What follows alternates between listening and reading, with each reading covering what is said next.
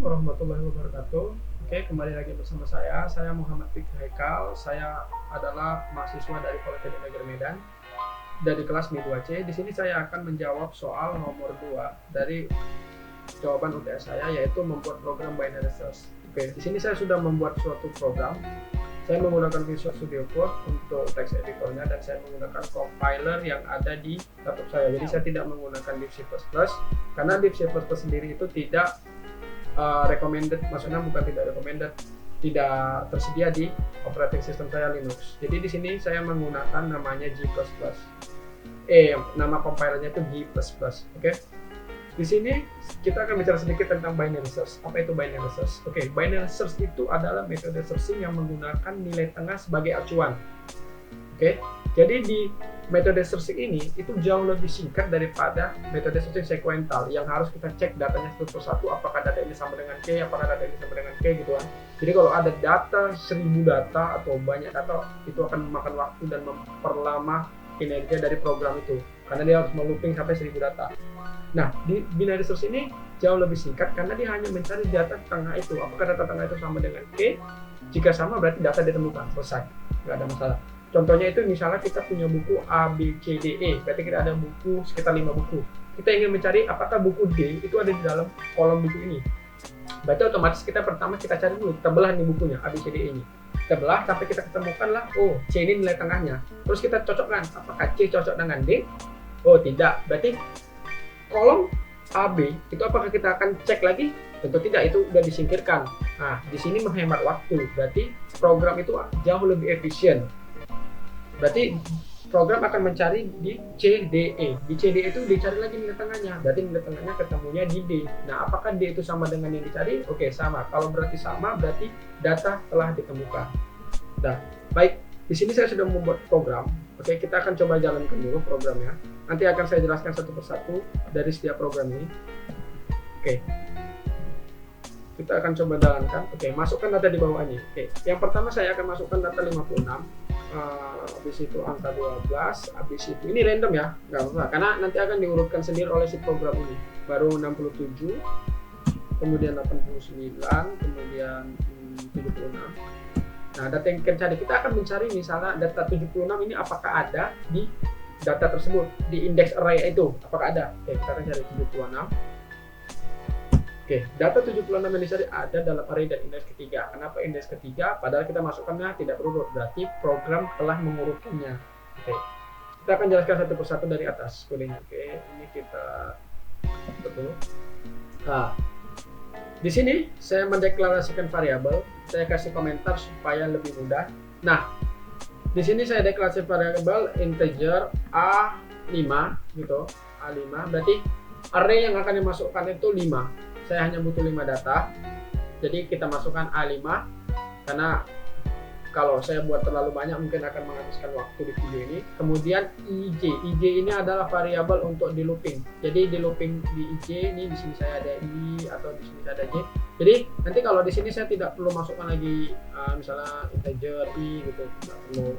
Jadi langsung aja I karena sudah dideklarasikan di atas. Dan kemudian di sini ada K, ini adalah K untuk K atau kata yang dicari. Jadi data yang akan kita cari itu akan kita masukkan ke dalam variabel K. Kemudian top itu artinya variabel indeks paling awal, top.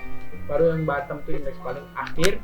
Middle itu adalah data tengahnya. Nanti kita akan cocokkan apakah middle sama dengan K, K di sini atau tidak. Yang kemudian TM ini adalah variabel pembantu seperti variabel parameter atau pola ukur kalau saya bilang ya. Jadi apakah kalau misalnya TM ini 1 berarti data ditemukan, kalau 0 berarti tidak ditemukan gitu. Jadi ini sebagai variabel pembantu. Oke, kita akan mulai dari, kita akan bedani program printf, masukkan data di bawah ini. Oke, dari yang telah direkam di sini, dari yang telah ini masukkan data di bawah ini. Oke, maka dia akan yang pertama kali di print yang atas. Oke, masukkan data di bawah ini, baru dia akan ngelooping. Oke, ngelooping ini akan saya jelaskan sedikit, mungkin sedikit kita buka desktop. Oke, kita akan jelaskan di sini loopingnya sedikit karena ini termasuk mudah sih. Loop input data misalnya. I sama dengan 0, berarti I sama dengan 0. Oke, i lebih kecil daripada 5. Benar, ya kan? Karena 0 lebih kecil daripada 5. Benar dong. Berarti ketika ini benar, dia akan masuk ke kondisi loopnya printf. Di print data ke misalnya %d di sini itu diisi dengan i tadi itu 0, berarti i tambah 1 di sini saya buat i tambah 1. Kenapa? Supaya nanti dicetak di layar itu 1, bukan data ke 0. Kalau data ke 0 nanti cuma 4, user itu jadi lebih bingung. Nah, data ke 1 supaya pas dia 5 data. Oke. I berarti 0 tambah 1 sama dengan data ke 1. Oke. Diinputlah sama orang, sama si user, diinputlah 56. Nah, 56 ini akan dimasukkan ke scanf. Jadi di sini ada scanf, dimasukkan ke dalam parameter array a ke i. Berarti dimasukkan di input ke ai. Berarti a itu berarti di sini i-nya 0, berarti a0. Berarti a0 sementara itu adalah 56. Oke. Baru masuk kedua, berarti udah selesai nih kondisi ini, baru masuk ke i++. Berarti i-nya jadi i sama dengan 1. I++. I sama dengan 1. Berarti apakah i lebih kecil daripada 5? Benar. Berarti kita copy aja ya, biar mudah.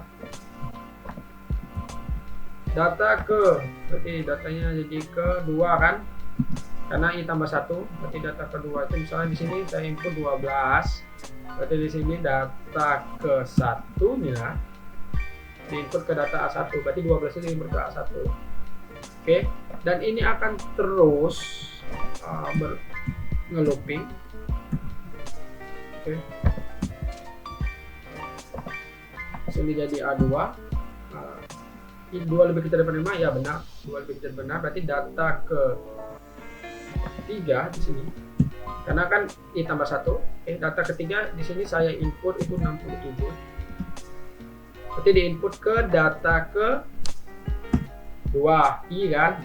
Data array kedua itu isinya 67. Karena indeks array itu selalu dimulai dari 0. Berarti baru i++ lagi sampai i3, i lebih kecil daripada 5, betul benar. Data ke 4 itu sama dengan di sini saya masukkan 89. Oke, 89 diinput ke data ke 3. Data ketiga. Oke. Kemudian i++ lagi ditambahkan lagi i++, i sama dengan 1. Oke. I-nya jadi tambah 1 kan? Jadi i-nya 4. 4 lebih kecil daripada 5, benar. Data ke 5 berarti kan? Data ke 5 sama dengan di sini saya input 76. Diinput ke data ke 4. Oke. Setelah itu apa? I++ lagi, i++ sampai dengan i sama dengan berarti i-nya 5 kan? Jadi 4 jadi ke 5 tambah 1. Apakah i sama dengan lebih kecil daripada 5? Salah. Ya kan? Karena 5 lebih kecil daripada 5 enggak, kecuali kita pakai sama dengan sini. 5 kecil daripada salah. Berarti kalau ketika salah loopnya berhenti. Loopnya berhenti. Oke, karena loopnya udah berhenti, berarti data setiap ini itu telah dimasukkan ke masing-masing indeks. Berarti kita hapus. Berarti data yang sudah terinput itu di sini ialah data saat ini A5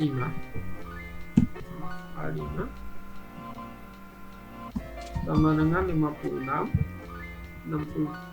12 ya, 12 67 89 dan 76. Nah, di video sebelumnya saya telah menjelaskan tentang bagaimana algoritma dari insertion sort. Di sini saya akan mengulangi lagi sedikit tentang insertion sort itu bagaimana.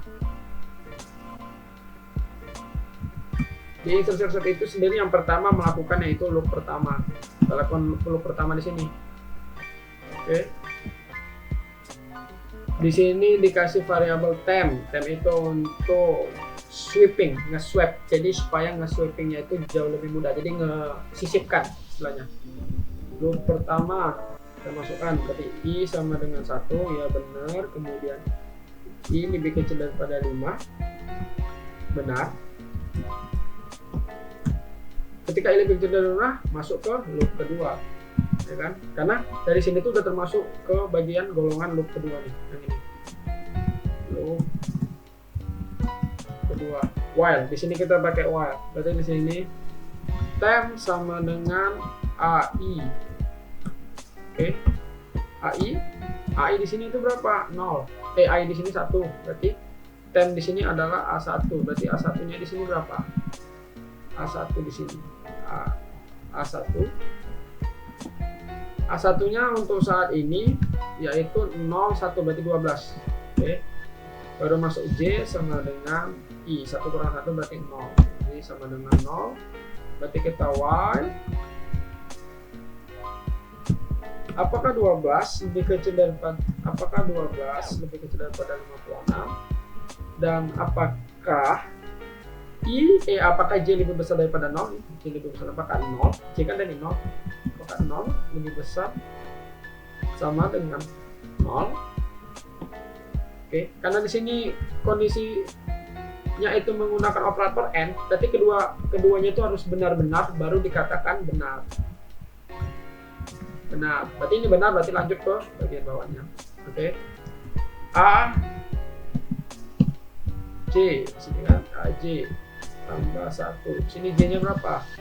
J-nya di sini 0, 0 tambah 1 berarti A1. A1 itu sama dengan AJ. Berarti A0. Berarti A1 di sini itu A1.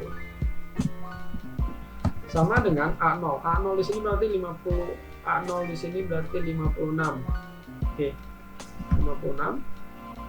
Kemudian J-nya itu dikurangi. J kurang 1. J min. Oke. Kemudian masuk ke AJ tambah 1. Temp. Oke. Masuk ke ini, yang ini. Oke. A.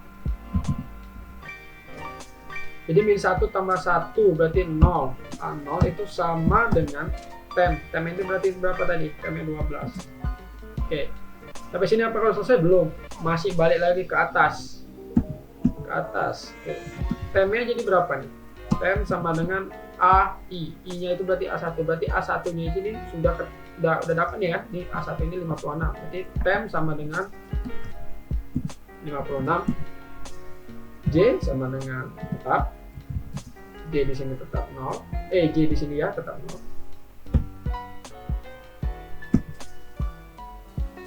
Kemudian while, kita while lagi nih.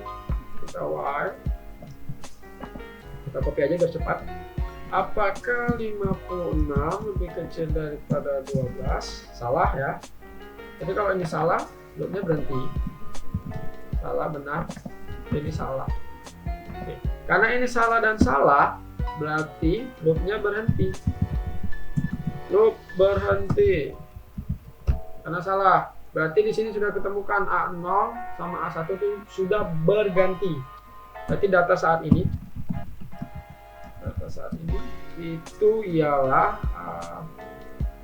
12. Ini kan A0 itu 12, 56, 67, 89, 76. Oke, seperti video sebelumnya sama tadi, berarti balik lagi ke for-nya yang di atas. Masuk ke loop pertama. Loop pertama I sama dengan 2, I lebih kecil daripada 5, benar. Berarti masuk ke loop kedua. Sini. Loop kedua. Temp sama dengan, kita masukkan berarti ya, temp sama dengan AI. Berarti A. Ini berapa tadi? I2, A2. Apakah A2 itu, A2-nya itu berarti sekarang ini jadi berapa nih? 67, ya kan? Di data saat ini 012. Berarti habis itu J sama dengan I kurang 1, berarti 2, berarti J sama dengan 1. Kita Y lagi, kita copy aja ya. Kita Y.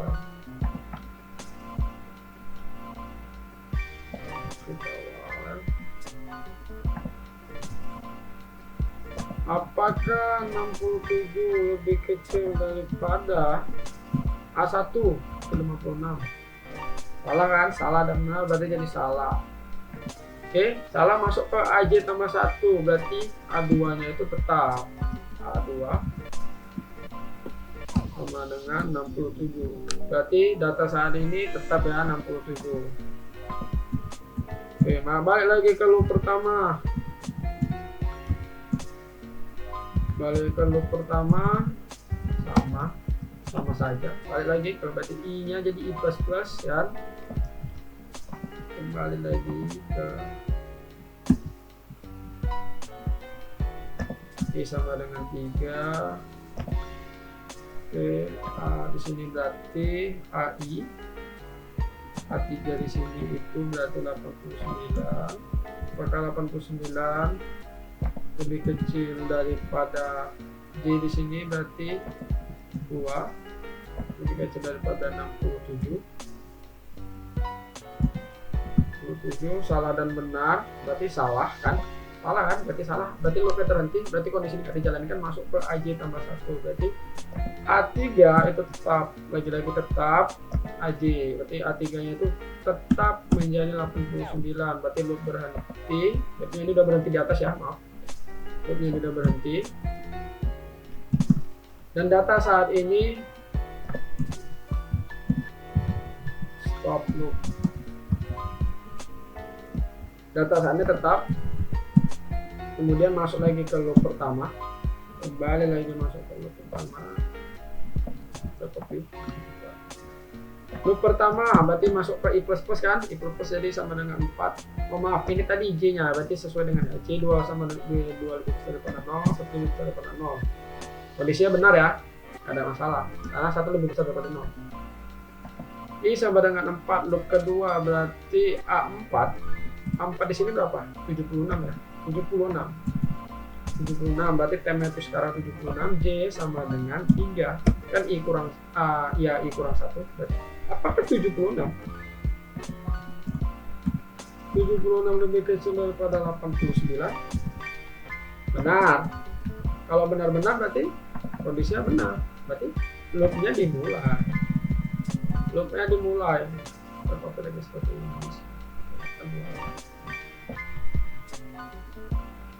Loopnya dimulai lagi. Berarti A berapa nih? AJ tambah 1 berarti J di sini 3 berarti A4 sama dengan AJ. AJ-nya di sini 3 berarti A4 di sini itu berapa? A4 itu di sini jadi A3 ini sekarang berapa nih? A3 itu di sini itu 89 berarti A4 nya itu sekarang jadi 89 di swap. Oke, setelah itu J min J kurang 1 berarti J nya itu 3 berarti J kurang 1 itu sama dengan berarti J nya 2 tambah 1 berarti 3. Jadi data A ketiganya itu sekarang menjadi 76 kan, tem di atas itu 76 berarti datanya itu menjadi 76. Dah, kemudian apa? Kembali lagi ke tem sekarang A4 berarti tem sekarang A4 nya itu sekarang udah berubah dong jadi 89 kan. Oke, J sama dengan tetap 3.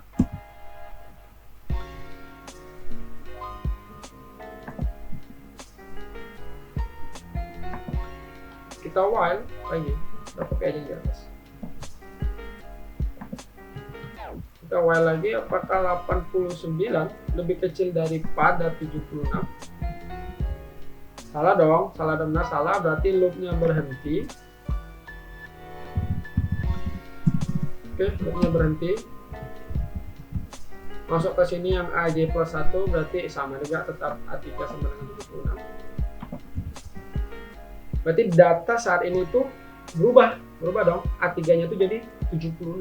Berarti 0 1 2 3 berarti di sini 76. 89. Apakah ini sudah berurut? Sudah. Ini sudah berurut.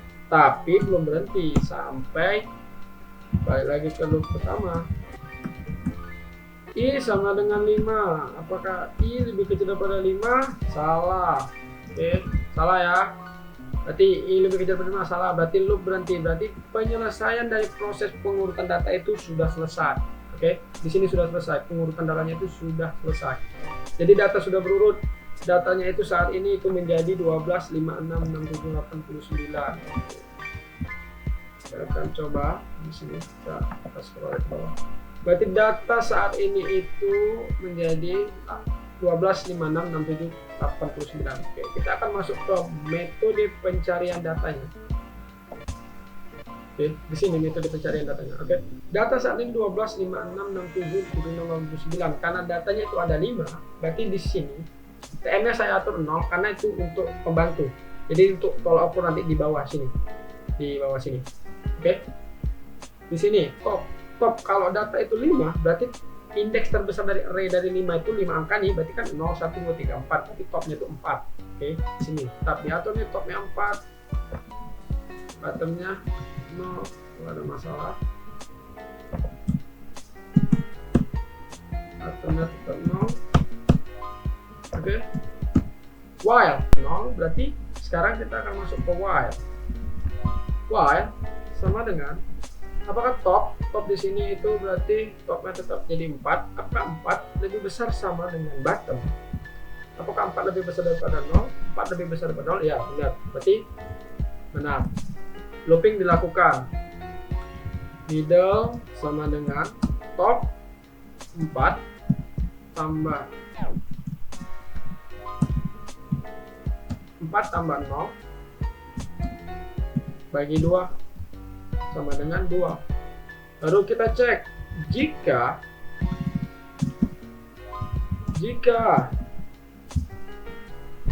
A middle berarti A2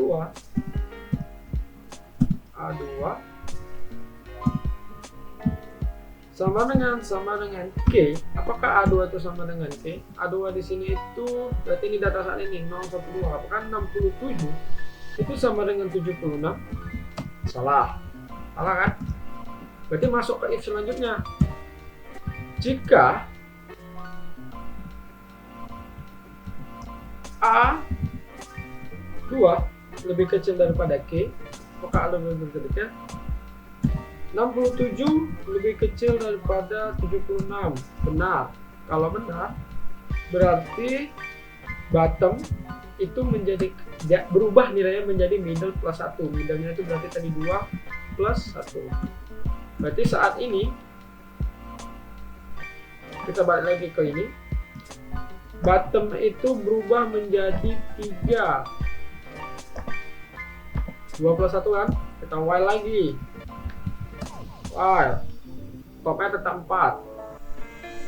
4 lebih besar sama dengan 3. Benar.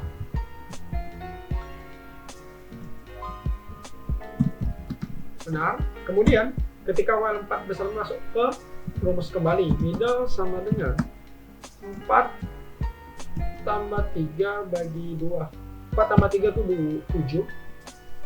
7 bagi 2 sama dengan 3,5. Karena ini kita menggunakan tipe data integer, maka yang diambil 3.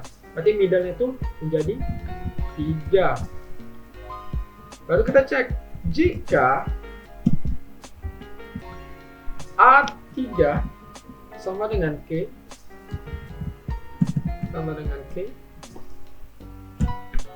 apakah A3 itu sama dengan K? A3 itu kita cek 0, 1, 2, 3, 76. 76 sama dengan K. K-nya itu berapa? 76. Berarti benar kondisinya. Nah, ketika kondisi benar, apa yang dilakukan? TM plus plus, berarti TM-nya itu yang semula dari 0, di sini nih, TM-nya semula dari 0, itu berubah menjadi TM sama dengan 0 tambah 1, sama dengan 1. Oke, udah selesai. Baru masuk ke if selanjutnya. If A3 lebih kecil daripada K, salah kan? Karena 76 itu sama dengan K, berarti masuk ke else. Selain, berarti else-nya itu else. Jadi kalau udah if yang ini nggak masuk, berarti masuk ke else. Else-nya itu berarti topnya itu diubah menjadi middle kurang 1. Middle-nya itu berarti berapa middle? Middle di sini kita temukan nih data terakhir itu 3. 3 kurang 1 sama dengan 2. Berarti top berubah menjadi 2. Berarti di sini top sudah menjadi 2. Sedangkan bottom menjadi 3. Ini masih di dalam loop. Masih di dalam loop. Bottomnya tadi menjadi 3 kan? Tidak ada perubahan kan setelah itu. Ini masih di dalam loop. Berarti masuk ke while lagi. Apakah top lebih besar daripada bottom? Apakah 2 lebih besar sama dengan 3? Salah.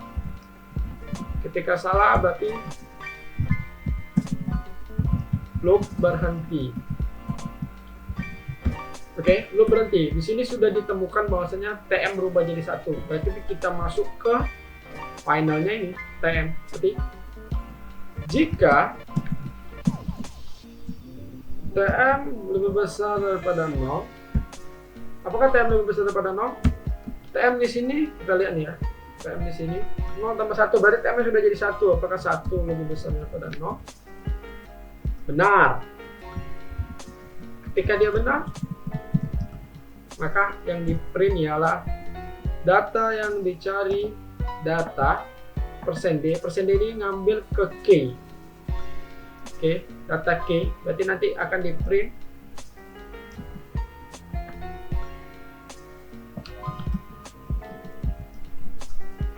data yang diambil K, berarti 276 yang dicari ada dalam array index ke yang di sini diambil ke yang middle, berarti middle berapa tadi?